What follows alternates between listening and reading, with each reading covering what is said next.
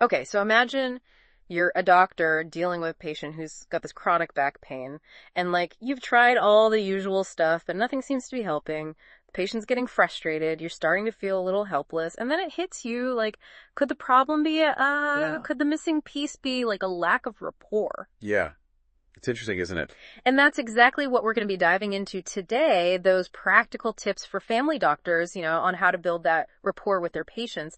And we're going to be looking at essential soft skills for family doctors. Oh, yeah, I've seen this one. Yeah, and we've got some pretty fascinating insights from Dr. Kamlesh Bhargava to kind of unpack. He really gets into the nuts and bolts of how to actually do it.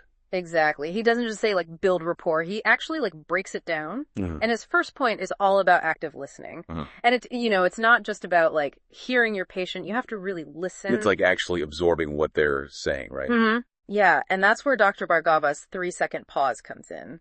He found that just waiting for 3 seconds after the patient stops talking before you respond, drastically increases their willingness to share these crucial details that they may have otherwise held back. It's like you're giving them the space to fully express themselves, right? Totally. You're saying, I'm here for you.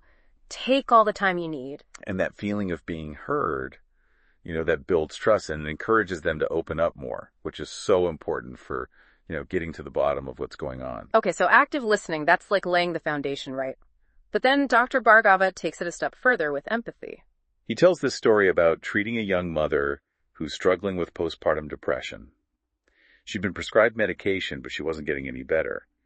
And Dr. Bhargava realized he hadn't really acknowledged, her exhaustion and all the feelings of overwhelm she was dealing with. So he went beyond just the clinical approach and actually addressed her emotional state. Exactly. And just by, acknowledging her struggles, saying something as simple as, it sounds like you're going through a lot right now, it made her feel seen and validated. And that validation, that human connection, it's so powerful. It reminds us that patients are people with emotions, not just a bunch of symptoms. Right. It's shifting your perspective. And that allows for a more honest and open dialogue, which is crucial for, effective treatment. It makes sense. So we've got active listening, empathy. What's next on the rapport building checklist? Well, he talks about mutual respect and treating patients as equals. Yeah. When it comes to their healthcare decisions. That's interesting. So how does that actually play out in a doctor's office?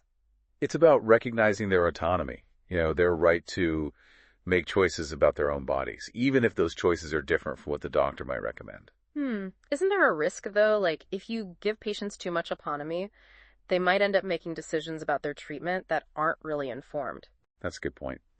But Dr. Bhargava argues that by respecting the patient's autonomy and, involving them in the decision-making process, you're actually increasing their sense of ownership and responsibility for their own health. So instead of just, telling them what to do, you're having a conversation with them and weighing the pros and cons together. Exactly. And this approach can be really helpful when you're dealing with, difficult conversations about treatment options or end-of-life care, or even when you have patients who just aren't following their treatment plan. It's you're building this partnership with your patient, which in the long run can be way more effective. For sure. Now, mutual respect is key. But clear communication is just as important. And that's where Dr. Bhargava emphasizes ditching the medical jargon. Oh my gosh, I've been there. I remember going to the doctor once with this weird rash. And they started using all these terms like erythema and pruritus. And I was like, what are you talking about? Yeah, we've all been there. Exactly. And that's the problem Dr. Bhargava is getting at. He suggests using plain language that patients can actually understand. Because when you understand what's happening in your own body, you're more likely to feel empowered and you'll actually participate in your treatment plan. Exactly. It's it changes the patient from just being a passive recipient of care into someone who's actively involved in their health journey. Okay, so we've covered active listening, empathy, mutual respect, and clear communication. Anything else Dr. Bhargava says is essential for building that rapport? Yeah, he really stresses the importance of consistency and follow-up. It's not just about seeing the patient when they're sick. It's about those regular check-ins, whether it's in person or over the phone, just to see how they're doing. So it's showing genuine concern beyond just the immediate medical issue. Exactly. And these consistent touch points, they reinforce the idea that you're invested in their long-term well-being. It builds trust, and that makes them feel like they're not just a number. Which is especially important for patients with chronic conditions, right? They might be feeling discouraged or isolated. Absolutely. Dr. Bhargava actually found that patients who had regular follow-up were more likely to actually stick to their treatment plans, which led to better health outcomes. So it sounds like this whole combination of active listening and empathy, mutual respect, clear communication, and consistent follow-up. It's not just about making patients feel good. It actually has like a measurable impact on their health. Exactly. And that's what's so compelling about Dr. Bhargava's approach. It's not just about being a nice doctor. It's about using these soft skills to actually improve patient care and outcomes. But let's be real for a second. Is it really realistic to expect doctors to have these deep, meaningful conversations with every single patient? I mean, given the time constraints they're always under, how does Dr. Bhargava deal with that? Well, it's true. Time is a very precious commodity in healthcare. But he argues that even small intentional efforts can make a big difference. Like that 3-second pause we talked about. Exactly. Or even just asking, how are you feeling today? And actually listening to the answer. It's about being present and engaged, even if you only have a couple of minutes. So it's not so much about the amount of time you have, but how you use it. Right. And Dr. Bhargava gives some practical tips for maximizing those interactions. For example, he suggests using open-ended questions to encourage patients to share more, actively summarizing what you've heard to make sure you understand, and even just using nonverbal cues like eye contact and nodding to show empathy. These are all things doctors can do without having to completely change their schedules. Exactly. It's about making small but meaningful changes that put the focus on that human connection during the medical visit. Now, we've been focusing on the doctor's side of things, but I think it's important to remember that patients have a role to play in this dynamic too. Oh, absolutely. Building rapport is a two-way street. So what can patients do to build a stronger rapport with their doctors? Well, Dr. Bhargava emphasizes being prepared for appointments, bringing a list of questions or concerns, being honest and open about your symptoms and your lifestyle, and actively listening to what the doctor has to say. So being an active participant in your healthcare, not just a passive one. Right. And if something isn't clear, don't be afraid to ask for clarification. You have the right to understand what's going on with your own body. So think about your next doctor's appointment. How can you, as the patient, encourage that active listening and empathy and clear communication from your doctor? How can you be a partner in building that rapport? It's a good question to think about because, like we've learned from Dr. Bhargava, a strong doctor-patient relationship isn't just a nice bonus. It's a crucial part of effective healthcare. Yeah. And it can lead to better outcomes for everyone involved.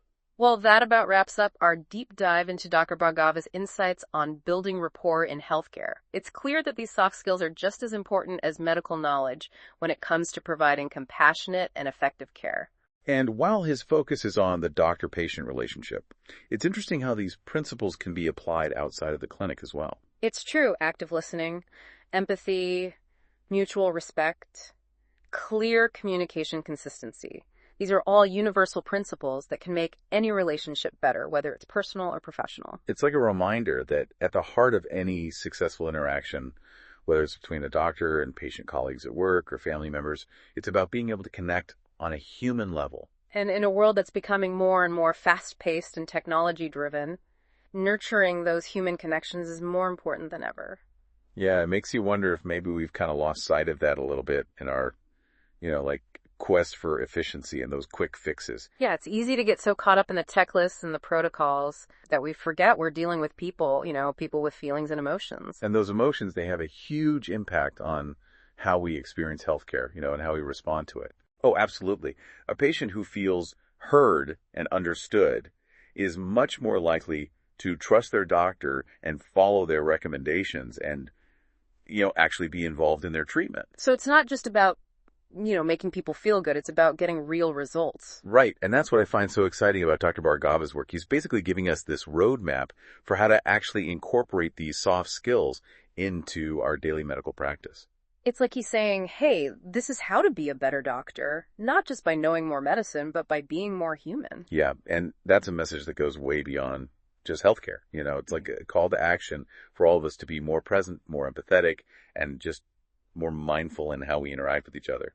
So as we wrap up our deep dive into building rapport, I'm kind of left with this question for you, our listener.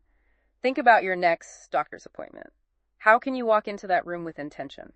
How can you be an active part of shaping that relationship? It's kind of empowering when you think about it. Yeah. We tend to think of the doctor as the one in control, but as patients, we have a role to play too. we can speak up for ourselves, ask questions, share what's on our minds, and, ultimately help create this more collaborative and effective healthcare experience. And who knows, maybe by embracing these principles of building rapport, we can not only improve our own health, but also kind of inspire this more humane and compassionate approach to healthcare overall. Now, that's something worth shooting for. Thanks for joining us on this deep dive into the power of connection in healthcare. Until next time, keep those conversations going and those connections strong.